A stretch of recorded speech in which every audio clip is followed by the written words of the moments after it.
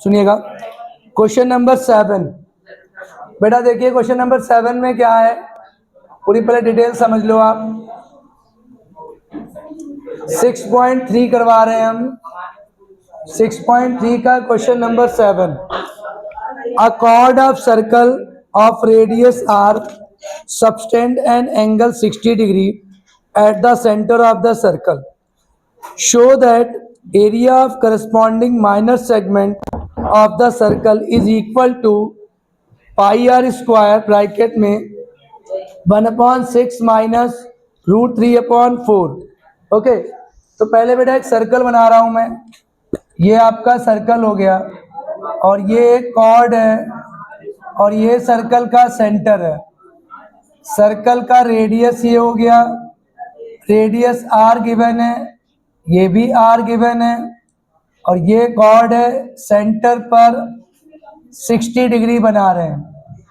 अब ये हमने बताया था कॉर्ड क्या करती है बेटा, कॉर्ड सर्कल को दो अनइक्वल पार्ट्स में डिवाइड करती है जिनको हम सेगमेंट्स कहते हैं। बड़े वाले पार्ट को हम मेजर सेगमेंट कहते हैं और छोटे वाले पार्ट को हम माइनर सेगमेंट कहते हैं। हमको बेटा माइनर सेगमेंट का एरिया निकालना है, ये वाला पार्ट होता है माइनर सेगमेंट और हमें इसी का एरिया निकालना है।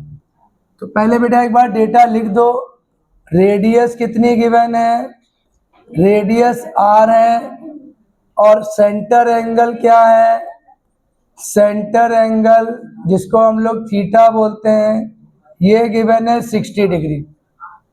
हमें निकालना है area of minor segment, area of minor segment.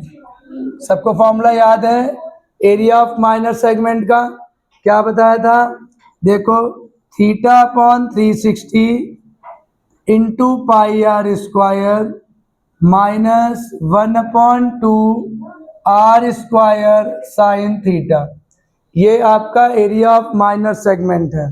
ठीक है, इसमें आइए अब थीटा की वैल्यू हम क्या डालेंगे, 60 डिग्री अपॉन में 360, पाई को हम पाई रखेंगे, आर स्क्वायर हमको आर गिवन है 1/2, ये आर स्क्वायर हो जाएगा और ये बन जाएगा साइन 60। इधर आइए बेटा, देखो 0 से 0 डिलीट हो जाएगा, 6 बन जा 6, 6 6 जा 36। अब हमने उस दिन आपको बेटा बताया था कि जो साइन 60 होता है उसकी वैल्यू होती है √3/2, साइन 60 की वैल्यू होती है √3/2। बेटा ये सेगमेंट हम लोग 10th क्लास में पढ़ेंगे, अभी केवल आप वैल्यू याद कर लो। साइन 60 की वैल्यू √3/2, इधर क्या बना 1/6 है इंटू पाई आर स्क्वायर है माइनस 1/2 आर स्क्वायर साइन 60 की वैल्यू √3/2। इधर देखो मैंने कट किया था।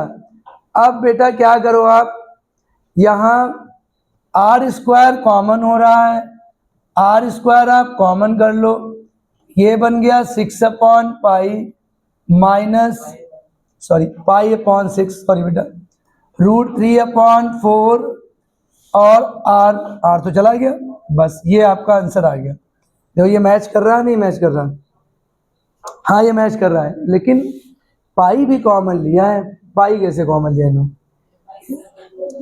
पाई बेटा नहीं आएगा, ये बुक में थोड़ा मिसप्रिंट हो गया है, पाई बेटा आएगा नहीं, बुक ने कहा है ये वाला आंसर कह रहा है book, pi r square bracket में पाई/6 माइनस √3/4, ये बेटा पॉसिबल नहीं है।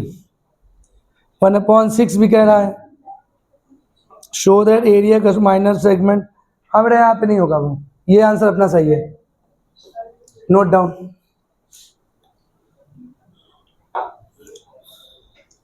Note down.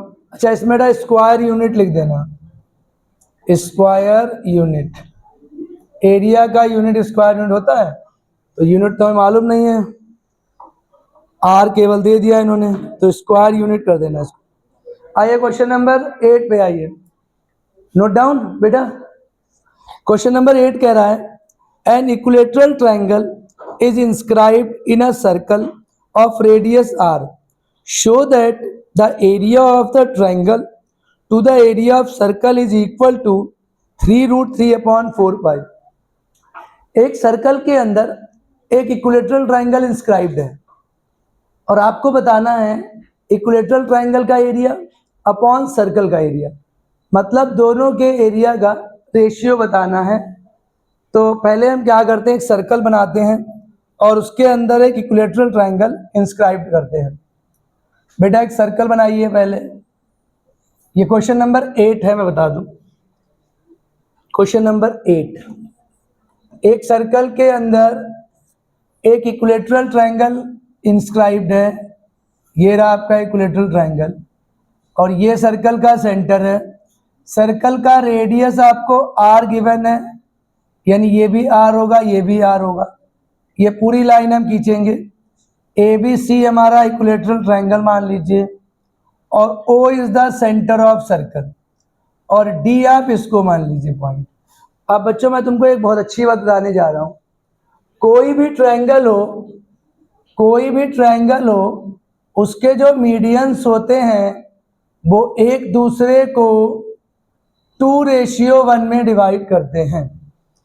The medians of a triangle divide two each other in 2:1।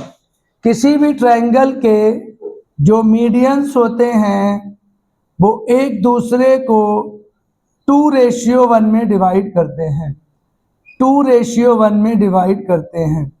ये 2:1 है, ये बहुत इंपॉर्टेंट पॉइंट है, आप दिमाग में रख लो। अच्छा, यहाँ पर हम यही वाला कॉन्सेप्ट यूज करेंगे कि मीडियंस जो होते हैं वो एक दूसरे को 2:1 में डिवाइड करते हैं। तो अगर AD को मैं मीडियन मान लूँ, ये जो आगे जाएगा मीडियन ही होगा, तो OA, सुनिएगा ध्यान से बेटा, OA और रेशियो OD जो होगा बेटा 2:1 होगा। OA और रेशियो OD जो होगा वो 2:1 होगा। अच्छा, ये OB तो हमारा आ रहे हैं, लेट करके आप OA is equal to 2x ले सकते हो और OD is equal to 1x ले सकते हो, क्योंकि ये रेशियो में है। मैंने बोला OA और OD का रेशियो 2:1 होगा। अब हमें OA कितना गिवन है, OA बेटा रेडियस है, यानी r गिवन है, इसका मतलब 2x is equal to r, तो x की वैल्यू आ गई r/2। तो OD कितना हो जाएगा, OD हमारा 1x है, यानी r/2 हो जाएगा। 1 इंटू r/2 तो वो r/2 होगा।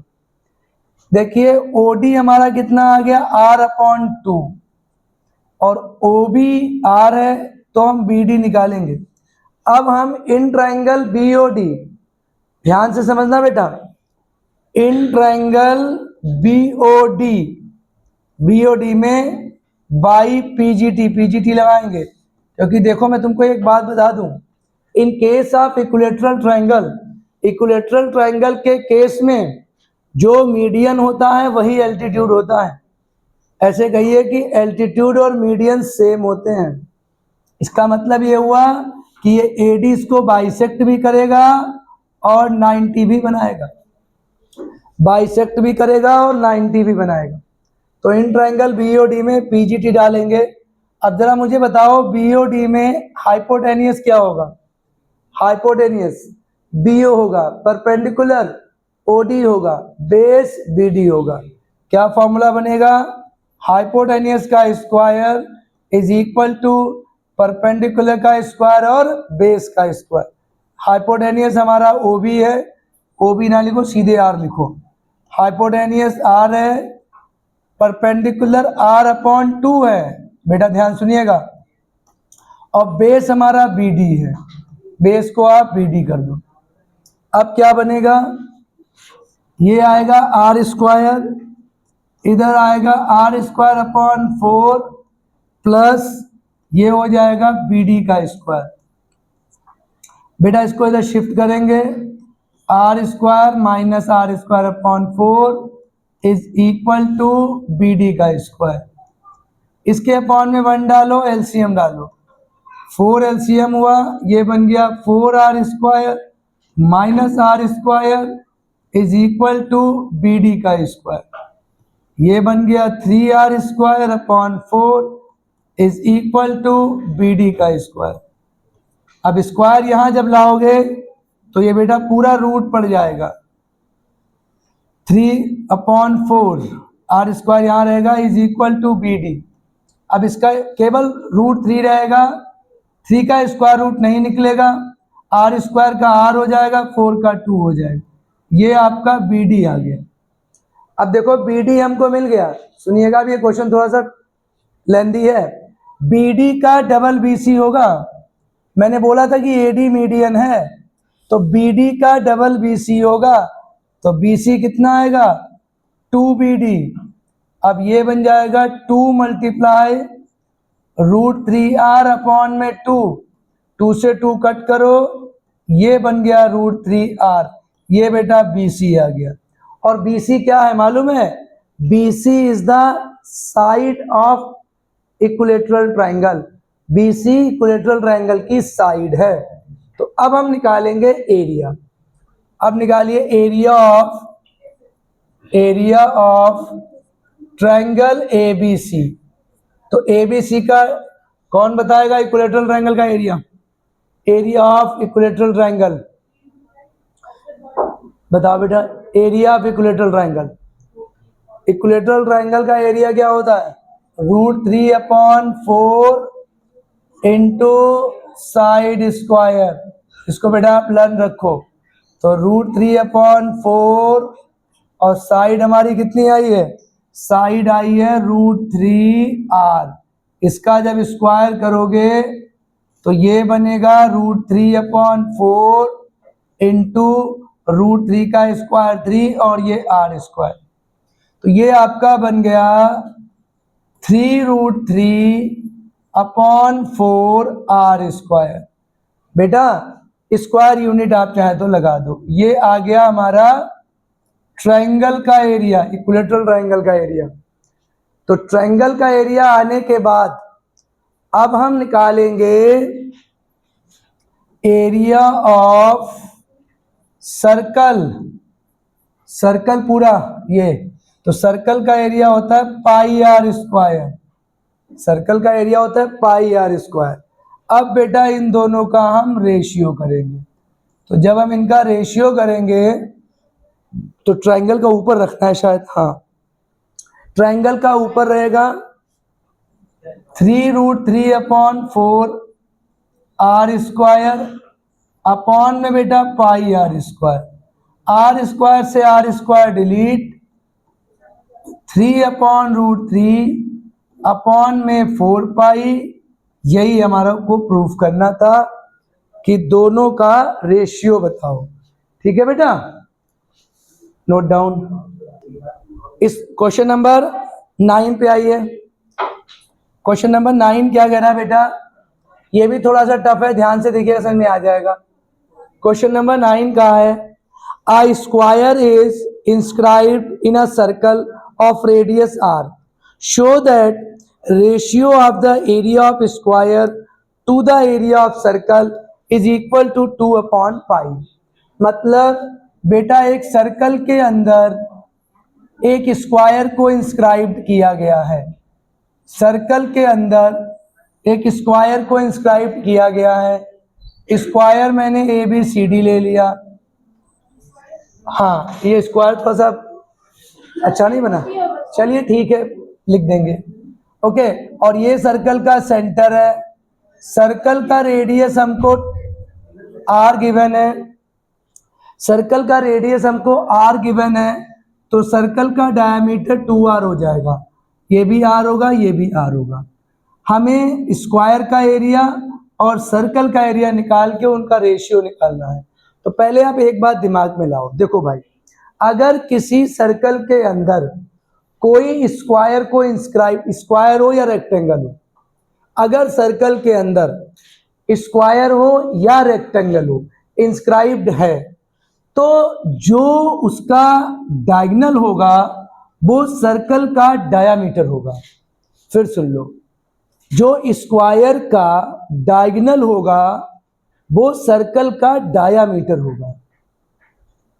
अगर सर्कल के अंदर स्क्वायर बना है या रेक्टेंगल बना है तो रेक्टेंगल का जो डायगोनल होगा वो सर्कल का डायामीटर होगा, या स्क्वायर का जो डायगोनल होगा ये अपोजिट वर्टिसेस को मिलाने का।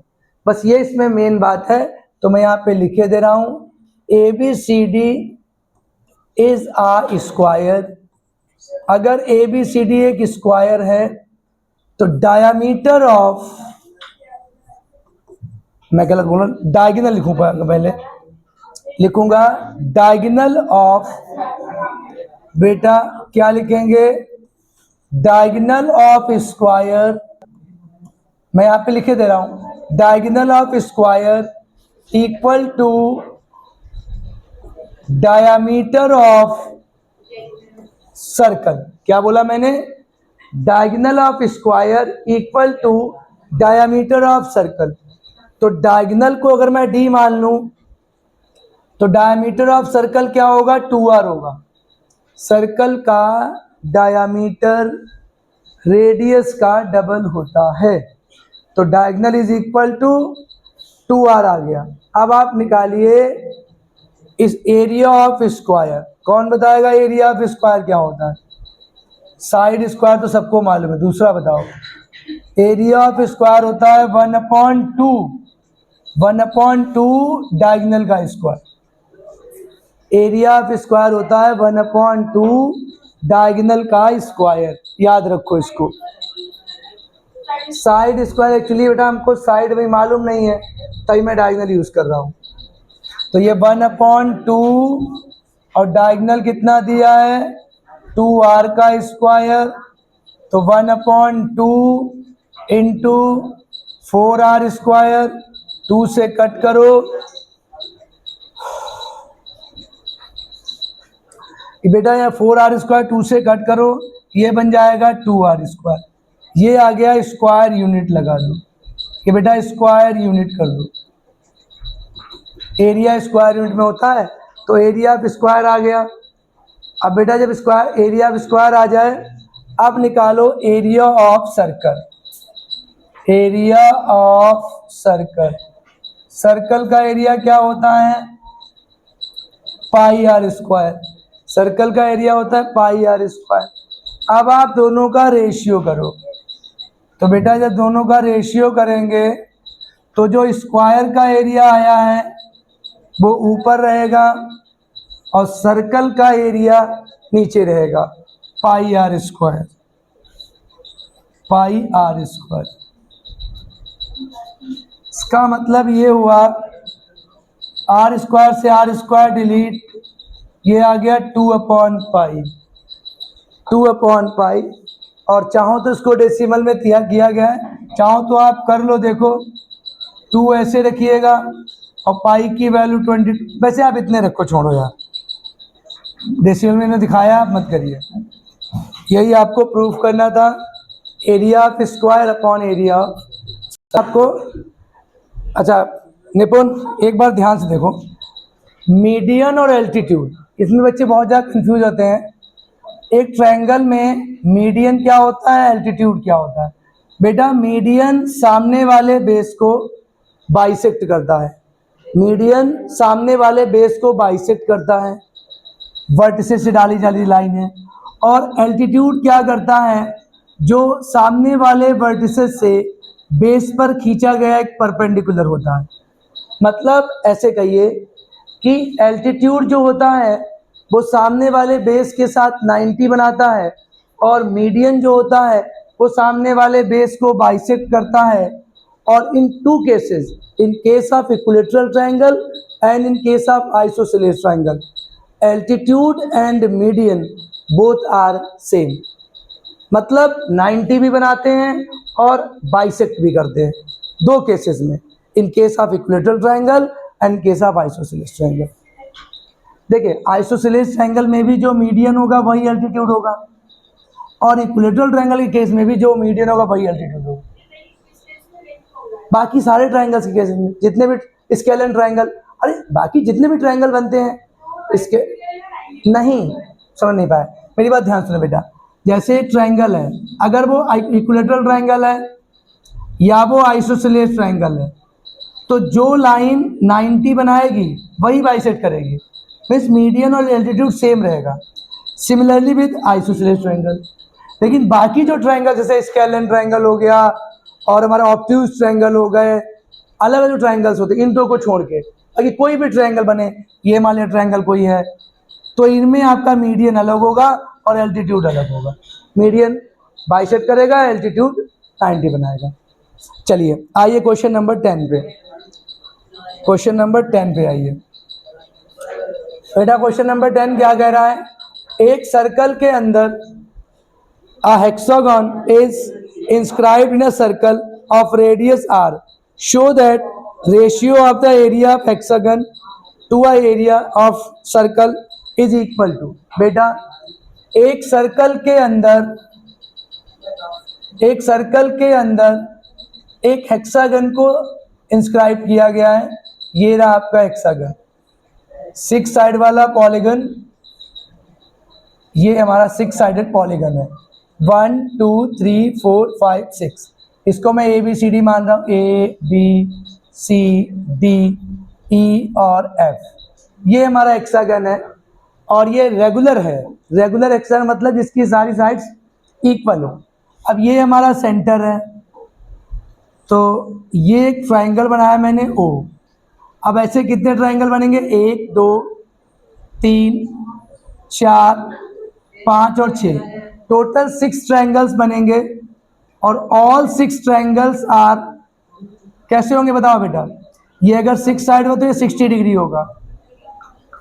जो हमारे हेक्सागन होगा उसकी सारी साइड इक्वल होंगी, तो जो सेंटर पर एंगल बनेगा, देखिए सेंटर एंगल क्या होगा बच्चों, ध्यान सुनो।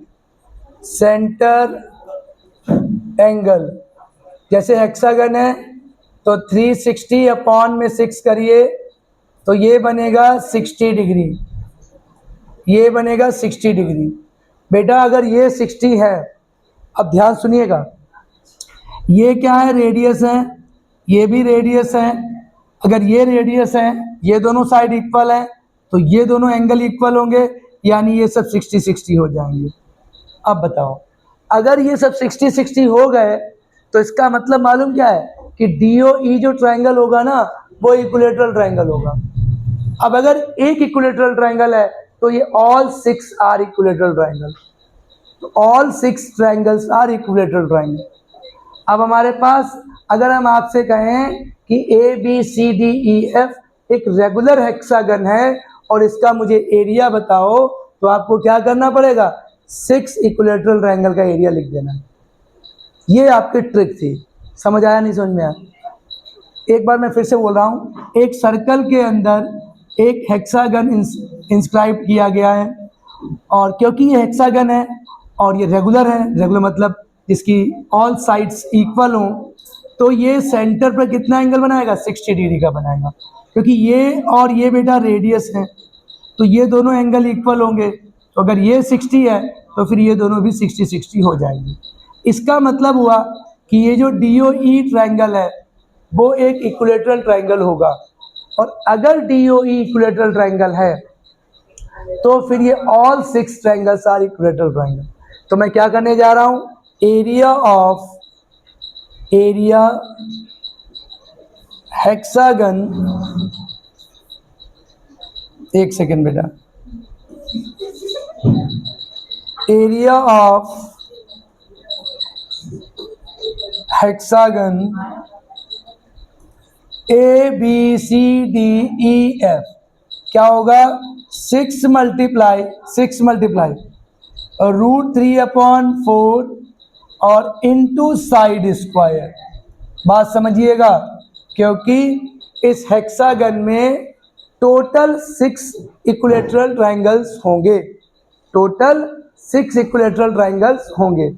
अब देखिए बेटा, और ये जो 6 इक्विलेटरल ट्रायंगल्स होंगे उनकी जो साइड होगी वो ट्रायंगल की रेडियस के इक्वल, वो सर्कल की रेडियस के इक्वल होगी।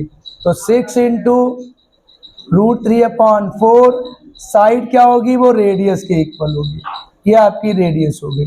कट करा लो, 2 2 जा 2 3 जा, यानी 3√3 अपॉन में 2 और ये r स्क्वायर, स्क्वायर यूनिट डाल दो। ये बेटा हमारा हेक्सागन का एरिया आ गया, एरिया ऑफ हेक्सागन। अब जब ये एरिया ऑफ हेक्सागन आ गया, अब हम निकालेंगे area of circle. Area of circle क्या होता है? Area of circle pi r square. अब हम दोनों का निकालेंगे रेशियो, मतलब हेक्सागन का जो एरिया आया है वो आप ऊपर रखेंगे और जो सर्कल का एरिया है वो आप नीचे रखेंगे। आर स्क्वायर से आर स्क्वायर कट, 2 नीचे शिफ्ट हो जाएगा, ये बन गया 3√3 अपॉन में 2 पाई। ये हमारा आंसर आ गया, ratio of area of hexagon and area of circle.